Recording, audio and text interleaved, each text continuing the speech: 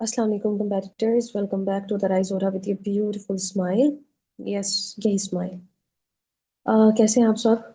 I hope आप अपनी preparation को एंजॉय कर रहे होंगे.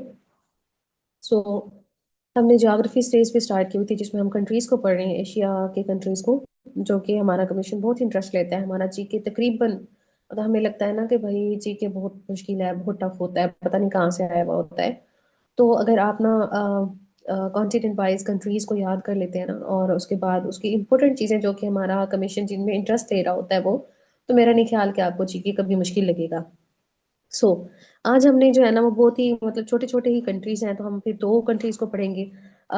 सबसे पहले हम थाईलैंड को देखेंगे और उसके बाद फिर हम मलेशिया को देखेंगे. तो पहले हम थाईलैंड को देख लेते हैं. थाईलैंड का जो कैपिटल है बेसिकली, थाईलैंड का कैपिटल बैंकॉक है. थाईलैंड का कैपिटल क्या है जी? बैंकॉक है. अच्छा, अब आप मुझे बताएंगे कि बैंकॉक इम्पोर्टेंट है. क्यों इम्पोर्टेंट है? बिकॉज इस बैंकॉक में एशियन जो है वो फाउंड हुआ था. एशियन जो है वो फाउंड हुआ था. Asian stand for association of south east Asian nation. अच्छा, अब आप मुझे बताएंगे कि एशियन कब बना था और इसके कितने मेंबर्स हैं. और इसके मेंबर्स की मैंने आपको ट्रिक बताई थी, आप मुझे वो बताओगे. जस्ट ट्रिक, इनके उन कंट्रीज को याद करने की मैंने एक ट्रिक बताई थी, आप मुझे वो बताएंगे. तो ये दो क्वेश्चंस हो गए आपके. ठीक है, उसके बाद अगर हम ये इसका कैपिटल हो गया बैंकॉक. इसका अगर हम निक नेम की बात करें तो थाईलैंड जो है लैंड ऑफ स्माइल और लैंड ऑफ फ्री पीपल कहलाता है. कलर में चेंज कर लूं, लैंड ऑफ स्माइल भी कहलाता है, या फिर लैंड ऑफ फ्री पीपल भी आपका जो थाईलैंड है वो कहलाता है. Free people. ठीक है, ये आपके थाईलैंड के जो है वो निक नेम हो गए. उसके बाद इसकी जो करेंसी है थाईलैंड की, वो है जी आपके पास बट. और उसके बाद जो इसकी लैंग्वेज है वो थाई है. इसकी लैंग्वेज क्या है? थाई है. उसके बाद जी एक गुल्फ है, गुल्फ ऑफ थाईलैंड, जो कि इंडियन और पैसिफिक ओशन के दरमियान में मौजूद है. गुल्फ ऑफ थाईलैंड है जी, गुल्फ ऑफ थाईलैंड. अब इसका पूछा जाता है जी ये जो है वो कहाँ पे मौजूद है. So it is between Indian Pacific ocean, Indian and Pacific ocean में ये मौजूद है. पैसिफिक ओशन के दरमियान में ये क्या है जी, आपके पास गुल्फ ऑफ थाईलैंड मौजूद है. उसके बाद कुछ जो है वो आपके जीके में पूछा जाता है कि माया बीच कहाँ पे है. माया बीच, ये आपके 2025 के ही पेपर में ये वाला क्वेश्चन आया हुआ था. माया बीच कहाँ पे मौजूद है, तो ये भी थाईलैंड में मौजूद है. और एक जो है वो शॉपिंग मॉल का पूछा जाता है, शॉपिंग सेंटर का पूछा जाता है जी. Siam shopping centre, Siam shopping centre कहाँ पे मौजूद है. तो ये बेसिकली आपका बैंकॉक में मौजूद है. कहाँ पे मौजूद है? बैंकॉक में मौजूद है. तो ये तकरीबन जितना आपके थाईलैंड से रिलेटेड था वो सारा जो है हमने देख लिया है. मीन के हमने इसका कैपिटल देखा. कैपिटल क्यों इंपॉर्टेंट है बैंकॉक? एक तो ये बहुत खूबसूरत सिटी भी है, इसका शॉपिंग मॉल जो है, शॉपिंग सेंटर वो बड़ा मशहूर है. उसके बाद एशियन जो है वो भी यहीं पे बनाई गई, जिसकी डेट और इसके मेंबर्स आप बताएंगे, साथ में आप इसकी ट्रिक भी मुझे बताएंगे. ठीक है, इसकी डेट, इसके मेंबर और इसके कंट्रीज को याद करने का निक नेम पढ़ा जी. हमारा जो थाईलैंड है उसका निक नेम पढ़ा, उसकी करेंसी पढ़ी, उसकी लैंग्वेज पढ़ी. गुल्फ ऑफ थाईलैंड को देखा कि वो कहाँ कहाँ पे मौजूद है. और दो क्वेश्चंस हमने और देखे जीके के, माया बीच कहाँ पे है, और सियाम शॉपिंग सेंटर जो है, सियाम शॉपिंग, ये बेसिकली शॉपिंग सेंटर है, ये कहाँ पे मौजूद है जी? बैंकॉक में मौजूद है. आई होप आपको थाईलैंड जो है वो क्लियर हो गया होगा. अब आ जाए जी मलेशिया में. अब आ जाए मलेशिया में. ठीक हो गया. मलेशिया का सबसे पहले जी हम देख लेते हैं जी इसका कैपिटल. इसका कैपिटल जो है वो कुआलालंपुर है.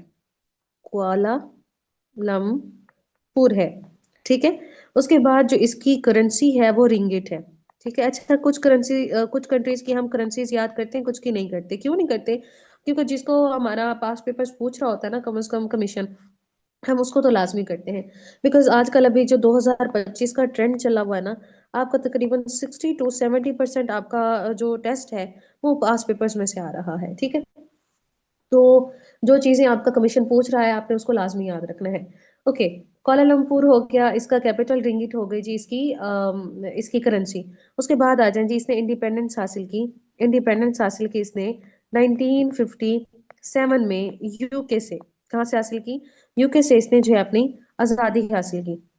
उसके बाद जो इनके जो फाउंडिंग फादर थे, ठीक है, अगर आप जस्ट लिख लो कि इनके जो फादर थे, फाउंडिंग फादर थे, वो अब्दुल रहमान टंको थे। अब्दुल रहमान टंकू थे। और एक प्रेसिडेंट है जी, महातीर मोहम्मद।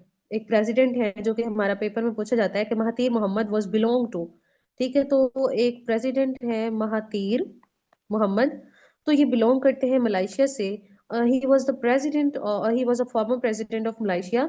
कब से कब तक थे जी? 1981 से 2003 तक जो है इनकी हुकूमत रही। ठीक है, क्या नाम है इनका? महातीर मोहम्मद। इंग्लिश में भी मैं लिख देती हूँ ताकि आपके लिए आसानी हो। महातीर मोहम्मद। 1981 से 2003 तक जो है इनका दौर रहा। By profession he was a medical doctor. By profession ये क्या थे? मेडिकल डॉक्टर थे। मेडिकल डॉक्टर थे ये। ओके, इनके जो फाउंडिंग फादर थे वो भी अब्दुल रहमान टंकू थे। और उसके बाद जो इनके फर्स्ट प्रेसिडेंट थे, फर्स्ट प्रेसिडेंट, वो भी अब्दुल रहमान ही थे। उसके बाद अब्दुल रहमान जो है ओ आई सी के फर्स्ट सेक्रेटरी जनरल भी अब्दुल रहमान ही थे। ओआईसी के जो फर्स्ट सेक्रेटरी जनरल हैं वो भी कौन थे? अब्दुल रहमान थे। ठीक हो गया। मलेशिया का जो फ्लैग है, मलेशिया के फ्लैग में टोटल 14 स्टार है। मलेशिया के फ्लैग में कितने स्टार्स हैं? टोटल 14 स्टार्स हैं। अच्छा, अब उसमें जो एक स्टार है वो फेडरल गवर्नमेंट को रिप्रेजेंट करता है। बाकी जो 13 स्टार्स हैं वो इसकी स्टेट्स को रिप्रेजेंट करते हैं। वो किसको रिप्रेजेंट करते हैं? इसकी स्टेट्स को रिप्रेजेंट करते हैं। अच्छा, मलेशिया में एक टावर है जिसको कहते हैं जी पेट्रोनास टावर। क्या कहते हैं? पेट्रोनास टावर कहते हैं। और ये कहाँ पे मौजूद है जी? मलेशिया में मौजूद है। कहाँ पे मौजूद है? मलेशिया में है। ठीक है, पेट्रोनास टावर को ट्विनिंग टावर भी कहा जाता है। ठीक है, इसको क्या कहा जाता है? Twins tower. ठीक है, इसको ट्विन्स टावर भी कहा जाता है। एक स्टेट है जी, जौहर स्टेट, जिसका पूछा जाता है कि जौहर स्टेट कहाँ पे मौजूद है। जौहर स्टेट जो है वो कहाँ पे मौजूद है? So it is between Malaysia and Singapore. Malaysia plus Singapore के दरमियान में। Just a while please. Okay, Malaysia और सिंगापुर के दरमियान में है। ठीक हो गया। एक चीज और यहाँ पे पूछी जाती है कि मलेशिया और सिंगापुर जो है ये एक साथ एक ही कंट्री बने थे 1963 में। फिर 1965 में जो सिंगापुर है, सिंगापुर जो है वो अलहदा हो गया था, सेपरेट हो गया था। कहाँ से? मलेशिया से। किससे? मलेशिया से। अब दो चीजें यहाँ पे हो गई। 1963 में ये दोनों एक साथ हुए थे, कंबाइन हुए थे। और 1965 में फिर सिंगापुर जो है वो मलेशिया से सेपरेट हो गया। ठीक हो गया। उसके बाद जी जो आपका मलेशिया है ये फेमस है जी पाम ऑयल से। ठीक है, पाम ऑयल के लिए ये फेमस है। विच अब पेपर में आ जाता है, which of the following countries are famous for palm oil. ठीक है, जो पाम ऑयल है उसके लिए आपका मलेशिया बहुत ज्यादा मशहूर है, फेमस है। कौन भाई? मलेशिया। ठीक हो गया, पाम ऑयल वाली बात हो गई। उसके बाद जी एक टूर्नामेंट होता है मलेशिया में जिसको कहते हैं जी Azlan Shah hockey tournament. Azlan Shah,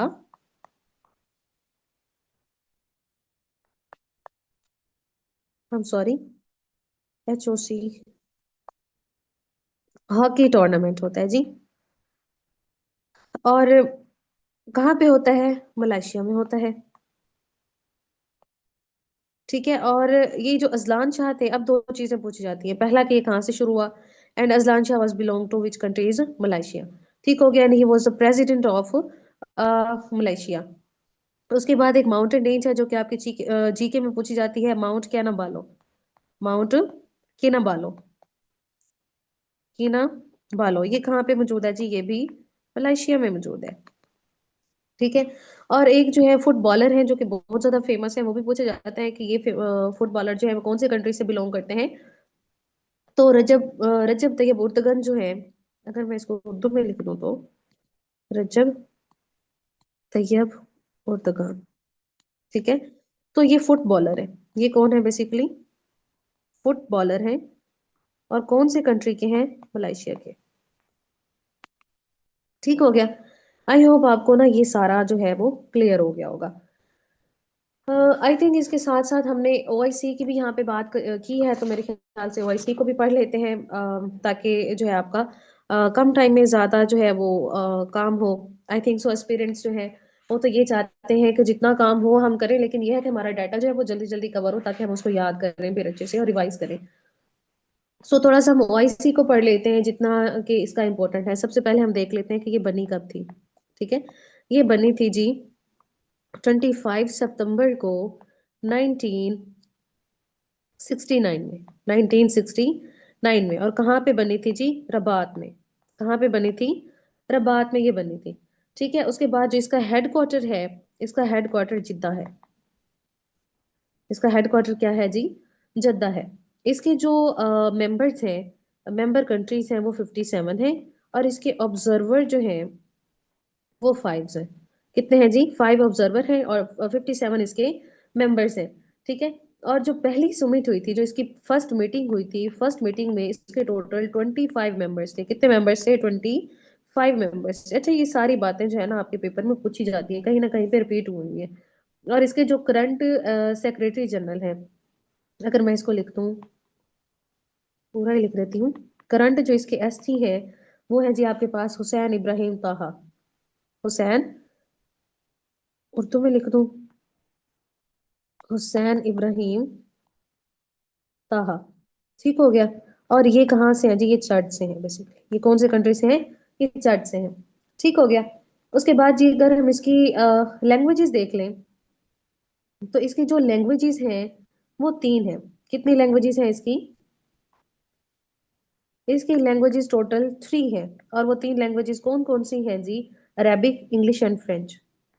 Arabic, English और फ्रेंच इसकी लैंग्वेजेस है। ठीक हो गया। अच्छा, इसका OIC stand for organisation of Islamic corporation. OIC stand for organisation of Islamic. अच्छा, मैं इस्लामिक कॉन्फ्रेंस लिखती हूँ सबसे पहले तो। 1969 से 2011 तक ये कॉन्फ्रेंस रही। 2011 में कॉन्फ्रेंस चेंज हो गई थी कॉरपोरेशन में। ठीक हो गया। अब ये 2011 वाली बात भी आपके पेपर में पूछी जाती है। ठीक है। ऑर्गेनाइजेशन ऑफ इस्लामिक, मैंने सबसे पहले इसको लिखा OIC stand for organisation of Islamic conference. 1969 से 2011 तक ये जो है कॉन्फ्रेंस ही चलती रही, मतलब कि इसका जो नाम था 2011 में इसको चेंज करके कॉपरेशन रख दिया गया। ठीक हो गया। अच्छा, इसके फर्स्ट सेक्रेटरी जनरल मैंने आपको बताया है मेरे ख्याल से। अब मैंने जैसे फर्स्ट का नाम लिया तो आपको पता होना चाहिए, अब्दुल रहमान साहब। ठीक है, अब्दुल रहमान। अच्छा, अब आप मुझे बताएंगे कि अब्दुल रहमान फाउंडिंग फादर कौन से कंट्री के थे? अभी मैंने कुछ देर पहले ही आपको पढ़ाया है। ठीक है। और इसकी पहली समिट जो है वो हुई थी,